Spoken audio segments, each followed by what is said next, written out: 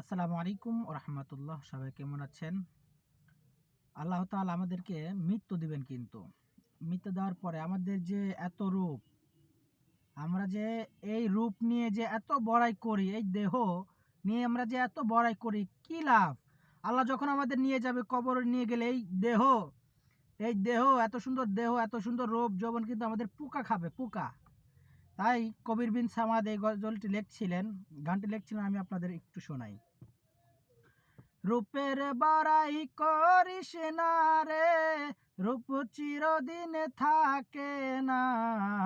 রূপের বড়াই করিস না রে, রূপ চিরদিন থাকে না। নিজের মুখটা দেইখা একদিন হইবে রে তোর যন্ত্রণা। নিজের মুখটা দেইখা একদিন হইবে রে তোর যন্ত্রণা। রূপের বড়াই করিস না রে, রূপ চিরদিন থাকে না। রূপের বড়াই করিস না রে, রূপ চিরদিন থাকে না। নিজের মুখটা দেইখা একদিন হইবে রে তোর যন্ত্রণা। নিজের মুখটা দেইখা একদিন হইবে রে তোর যন্ত্রণা। সময় হইল বড় শিক্ষক, সব দিব শিখাইয়া।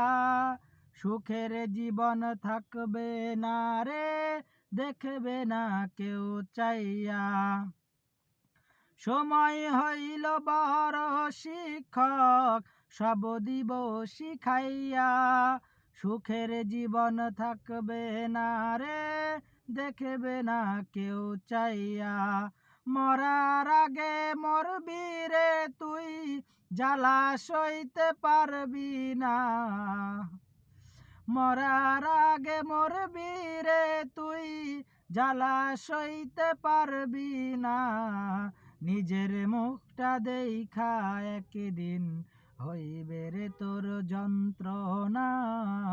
নিজের মুখটা দেইখা একদিন হইবে রে তোর যন্ত্রণা।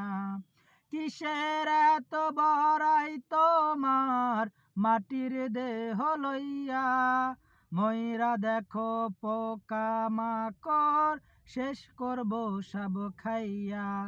আসলে দেখেন, মরে গেলে, কবরে নিয়ে গেলে এই দেহ কিন্তু পোকা খাবে, তাই কিন্তু এই কথাটা উল্লেখ করছে। কিসের এত বড়াই তোমার, মাটির দেহ লইয়া। ময়রা দেখো পোকা মাকড়, শেষ করব সব খাইয়া। এই দুনিয়া ছাড়তে হবে, অহংকার আর কইরো না।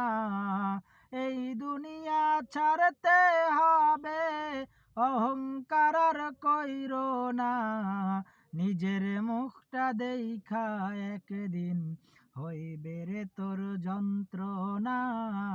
নিজের মুখটা দেইখা একদিন হইবে রে তোর যন্ত্রণা।